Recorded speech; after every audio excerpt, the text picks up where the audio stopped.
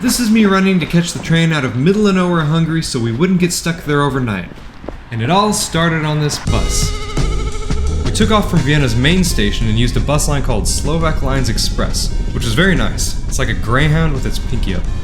No bathroom, but the seats reclined and there were USB chargers. The whole ride only took about an hour and a half, and that's because we had to stop at the Vienna airport to pick up a crowd.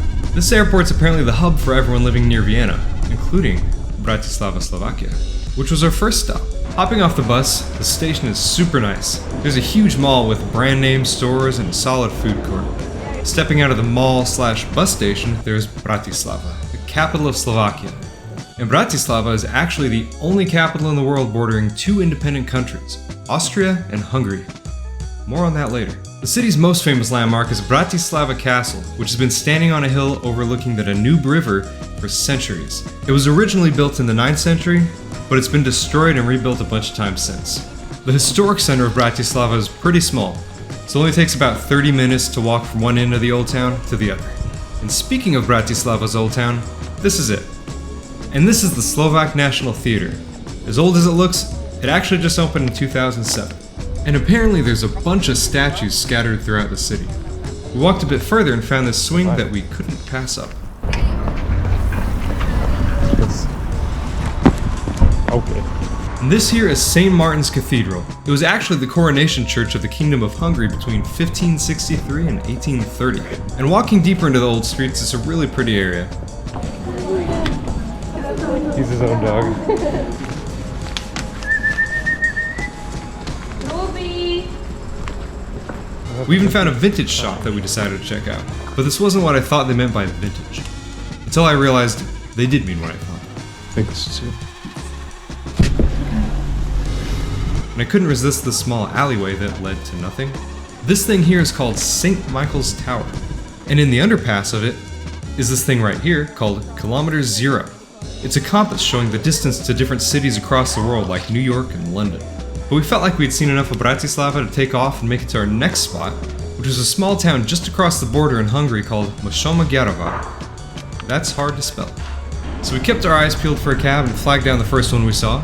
We asked him if he could drive us across the border into Hungary, to which he responded, "You want food?" So after a brief back and forth, we were on our way to Mosonmagyaróvár. After a chill ride into Hungary, we got dropped off at some intersection with no way back to Vienna. But there was some daylight left, so we weren't too worried. The town dates back to the Roman Empire, actually, so it's still got some very pretty historical buildings. It's quiet, it's quaint, got a few small shops and restaurants around. They have pretty landscaping, creeks running through the town.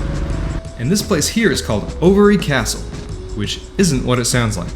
It's a Roman fortress that's been fixed up real nice, and apparently had just been renovated. Now the term Magyaróvár from Mosonmagyaróvár actually means Hungarian castle. So when they named the city, they popped the Moson in front because in Slavic, Moson means mossy. So Mosonmagyaróvár, mossy castle. And I really couldn't find much information online, but I'm assuming this mound here is where they got the mossy part from. And just around the castle were some interesting alleys, some water with ducks, and I got to touch some Hungarian grass.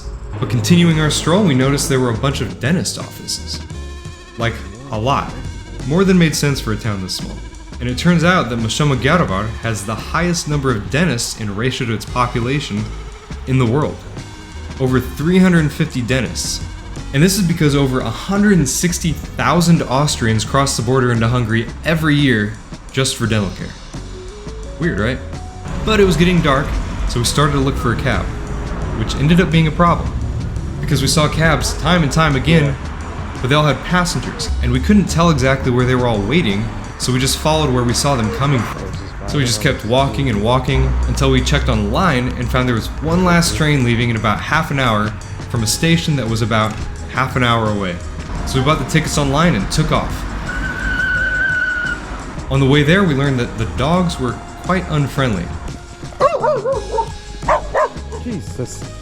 Chill out. And I was running here because I had to stop and tie my shoes. I was not about to let that be lost time. So after a long walk across the entire town, we made it to the train station just in time, which was old and had a lot of character. And it didn't seem like it had been updated with all the modern systems, because when we bought the tickets online, it said to print them out at a kiosk. Well, there was no kiosk for these specific online tickets that we got, so we just had to buy a whole nother pair of tickets. But who cares? We beat the train, got tickets home, and we got to hang out and wait for a bit as the sun finished setting.